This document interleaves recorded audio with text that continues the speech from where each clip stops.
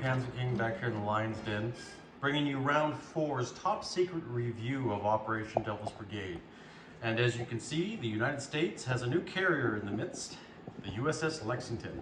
She's an old carrier, just refitted in San Francisco, but brought to the war effort. She's of the Lexington class. But nonetheless, she is here to serve her duty for the United States. So, right now, we're going to quickly go over what's been going on. So currently we have USS Yorktown, with Jack Fletcher commanding, and then we have Albert Marshall, not to be confused with George Marshall, part of the military, head of the military. Albert Marshall, just been captain of Lexington, now is promoted to its battle group as an admiral. And then we have the Missouri and a Baltimore-class cruiser.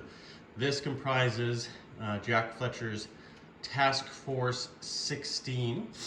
And over here, down in the South Pacific, we have Admiral Bull Halsey's Task Force 17, comprising of the Enterprise, the Hornet, and the Iowa, as well as another Baltimore-class cruiser, along with several escort defense ships. These two comprise the bulk of naval power in the Pacific, and we are poised to hopefully cause some Japanese some grief. Right now, they're currently in the port of Brisbane, and we will see what the Japanese decide to do. We have abandoned Hawaii simply for the fact that we can hopefully cause a trap, or hopefully invite the Japanese to a trap, and we'll see if they take the bait. I don't think they will, but this American fleet can come down here, this American fleet can come up here, and hopefully destroy the Japanese Navy in one decisive battle if they decide to make a move on Hawaii. However, I don't think they're going to do that. The other objectives for the Japanese Empire is obviously they still have many money islands to capture in the Dutch East Indies. And right now, all they have in this sector is the Imperial Japanese aircraft carrier Akagi and a few other support vessels, mostly transports. So we'll see what they decide to do here. They have to be very wary of the American fleet. I have a sneaky suspicion Japan is probably going to send forces down here to reinforce this sector of the Pacific. But time will only tell to see what the Japanese do decide to do. Up in the north, though, the Japanese have pushed into Amur and have now decided to wage war on the Russians. The Mongolians have sided with the Russians and are joining them as well. Even the Mongolian cavalry were able to shoot down some Japanese planes, which is very interesting and very fortunate for the Allied side. Here in China, though, the Japanese are having a tough go. They are literally surrounded in many areas. The coast is open, but China's still holding strong. We took back Szechuan with no casualties, and also we took Hopei that was undefended. The Free French moved up into Hunan, and Guangxi was reinforced by some of the Chinese infantry. Now, the Japanese are in a bit of a pickle. Do they head into China? Do they backtrack and try to take their territories here?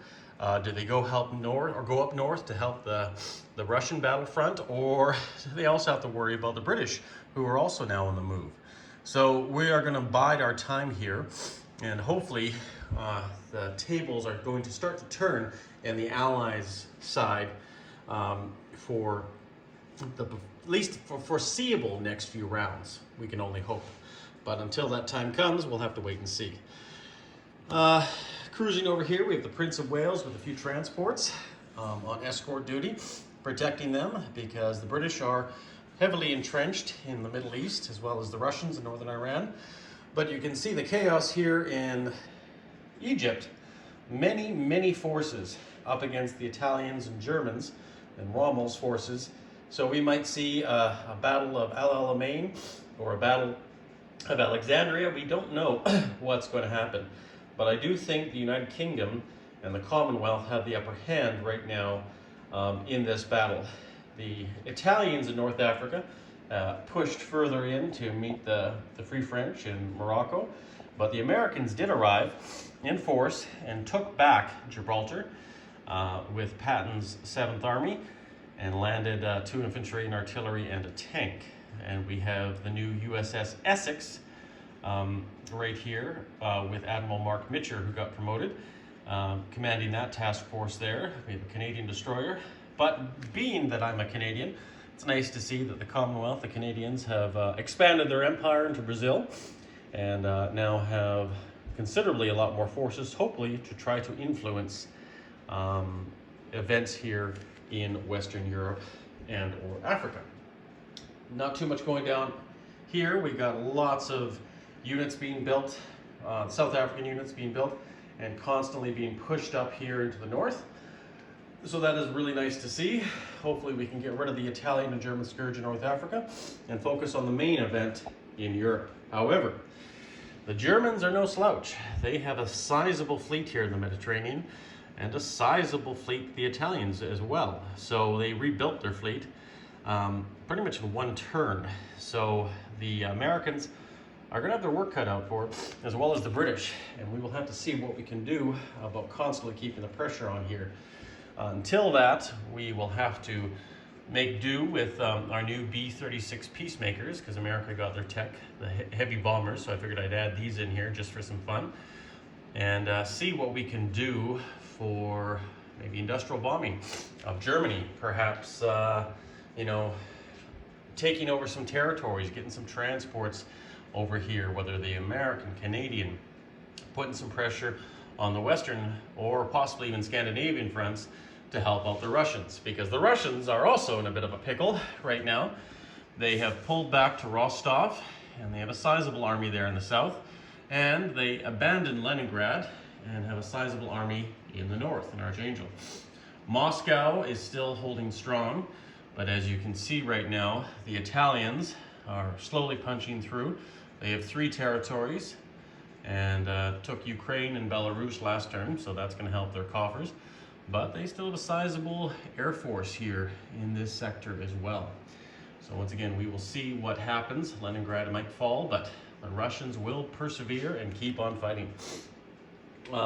Aside from that, guys, just a quick review, just going over everything, where everything has happened.